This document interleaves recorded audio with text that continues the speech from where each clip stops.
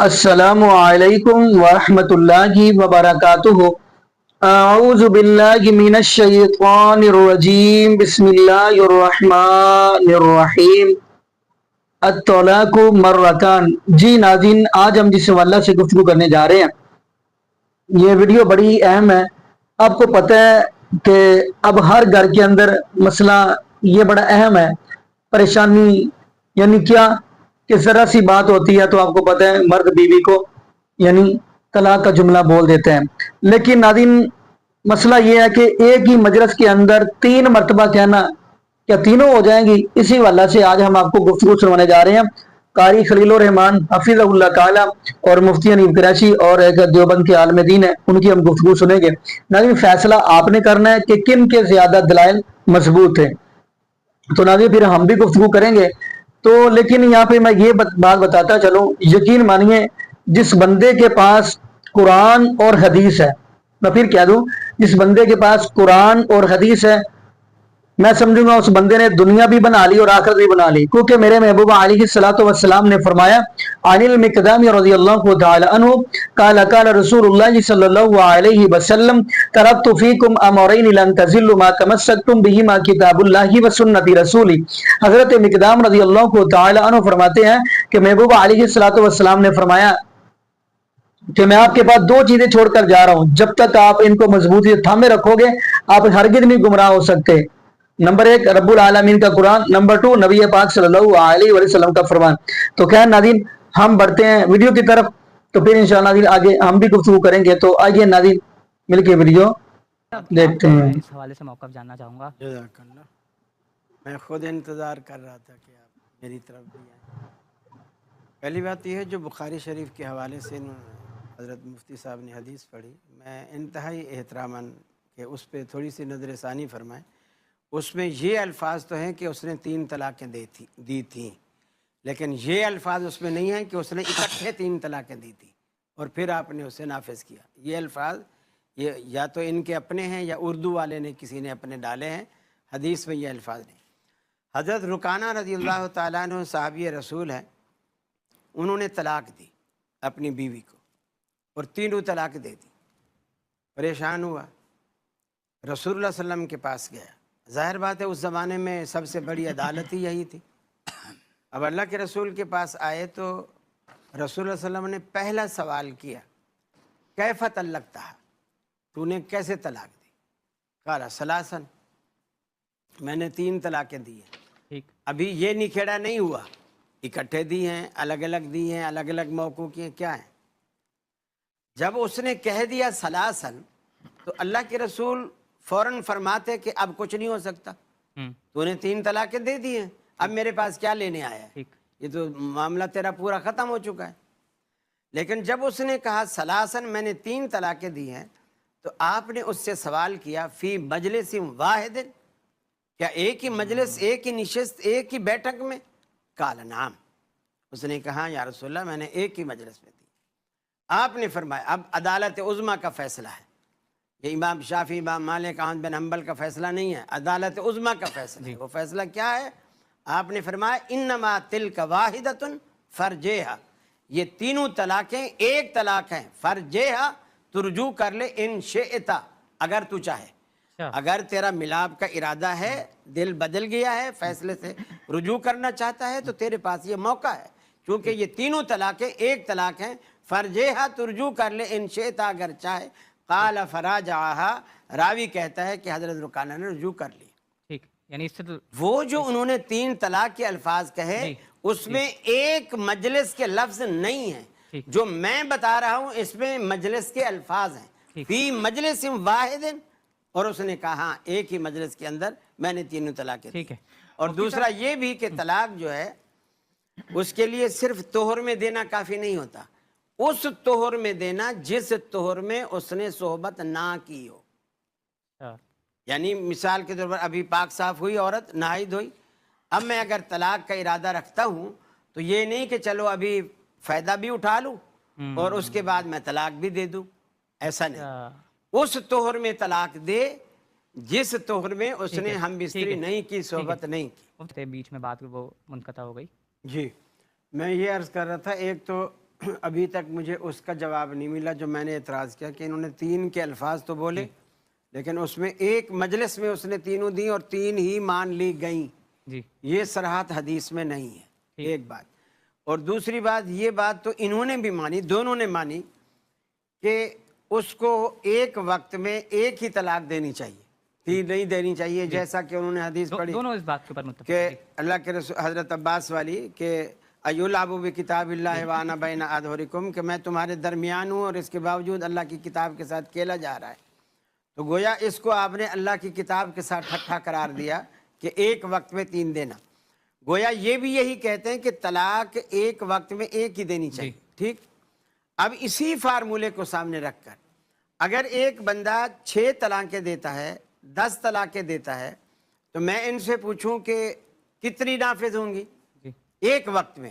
اگر کوئی 10 بولتا ہے تو یہ بولیں گے 3 نافذ ہوگی, جیسے انہوں نے 97 کی 100 کی مثال دی, 3 نافذ ہوں گی اور باقی 7 خارج کر دیں گے.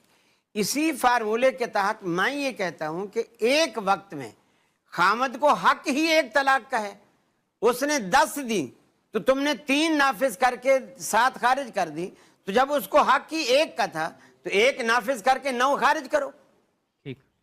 اس لیے کہ ایک طلاق اس کی ہو گئی اور یہ اتنی مؤثر ہے کہ 3 طلاقوں تک جائے گی, اس کو دوسری تیسری دینے کی ضرورت ہی نہیں ہے. وہ تو اگر دوسری دے بھی رہا ہے تو طلاق پر طلاق ہے, طلاق پر طلاق تو ہوتی ہی نہیں ہے. ایک عورت کو طلاق ہوئی بھی ہے, منکوحہ پر طلاق ہوگی, متعلقہ پر طلاق نہیں ہوگی.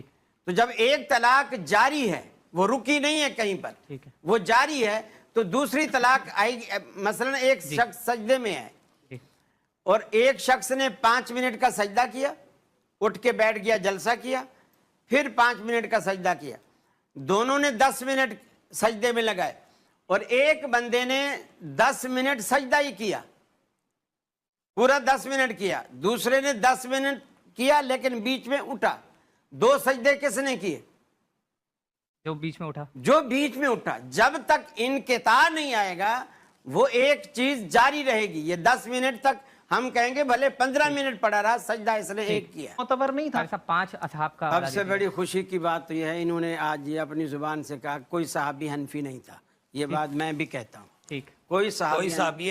اب آپ چپ رہے ہیں اپنی باری. ٹھیک ہے قاری صاحب, انہوں نے خود کہا اپنے بارے میں, تو اب چبھن کیسی, خود کہا تو اب برداشت کرو. ٹھیک ہے قاری صاحب. جی. اور دوسری بات یہ ہے کہ اپنی ساری باتوں کو حدیث کے مطابق کہہ دیا, میری باتوں کو سارا عقل کے اوپر لا کے وہ سارا کچھ ختم.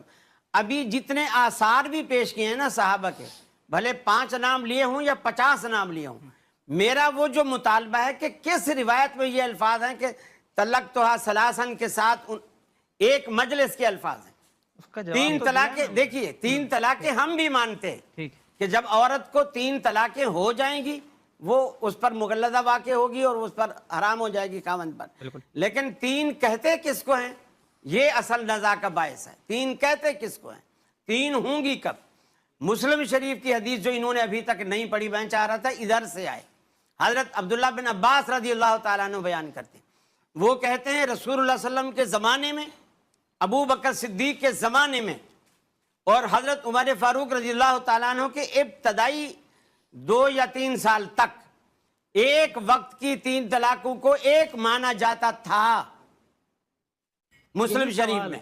اب اگر آپ موبائل میں وہ حدیث نکال لیں تو آپ اس کو دیکھ لیں, یہ حدیث ہے. اب مجھے بتائیے, اب مجھے تو کہہ رہے ہیں کہ جی صحابہ کرام یہ نہیں تھے, صحابہ وہ نہیں تھے, مجھے بتائیے رسول اللہ کی عدالت عظمیٰ میں اگر ایک مجلس کی 1000 طلاق کو بھی ایک مانا جاتا تھا تو اس سے بڑی عدالت کوئی ہے؟ تو حضرت عمر رسول کی مخالفت اس سے بڑی کوئی عدالت ہے؟ حضرت عمر کا حکم تعزیری ہے, بندے طلاق دیتے رجوع کر لیتے, طلاق سنیں بالکل تعزیری ہوگا. حضرت عمر وہ خدا کے قرآن کی مخالفت کر رہے ہیں, مخالفت نہیں کر رہے. آج آپ اور وہ بالکل دیکھیں آپ میری باری کاٹ رہے ہیں, ادھر وہ 4 پرچے آپ کی طرف بھی آ رہا ہوں, اور آپ میری باری قاری صاحب کی بات کمپلیٹ ہو گئی. اب آپ اپنی باری میں بالکل اتنا ٹائم لوں گا جتنا آپ دونوں نے لیا. جب موقف ایک ہے, بندے 2 الگ الگ بیان کر رہے ہیں, فائدہ کیا ہے؟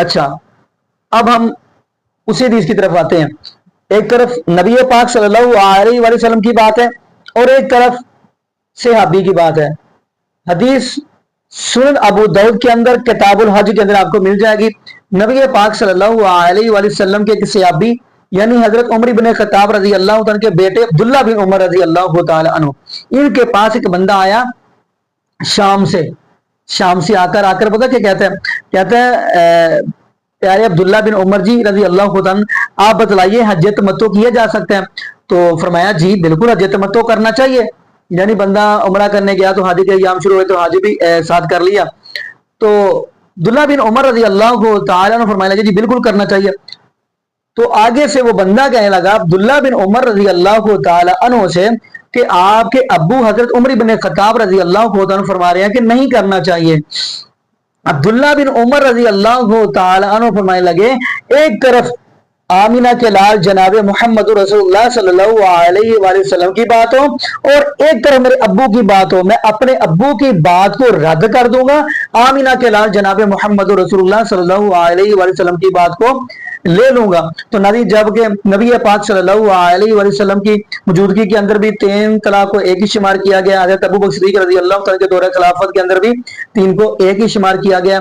تو حضرت عمر بن خطاب رضی اللہ تعالیٰ پہلے جو 2 سال تھے ان کے اندر بھی یہی چیز چل رہی تھی، لیکن بعد میں اس لیے کیا کہ تاکہ لوگوں کی عقل ٹکانے آ جائے، ان کو سمجھ آ جائے. باقی ناظرین یہاں پہ ہم دعا کرتے ہیں اللہ پاک ہمیں نبی پاک صلی اللہ علیہ وآلہ وسلم کی شریعت کے مطابق زندگی گزارنے کی توفیق دے اور اللہ پاک ہمیں 5 وقت کا پکا سچا نمازی بنا دے. اور جتنے بھی بے اولاد جوڑے ہیں اللہ پاک سب کو نیک نورینہ صحت تندرستی والی ایمان والی لمبی زندگی والی اولاد عطا فرما دے. جزاکم اللہ خیرہ، احسن جزا. السلام علیکم ورحمۃ اللہ وبرکاتہ.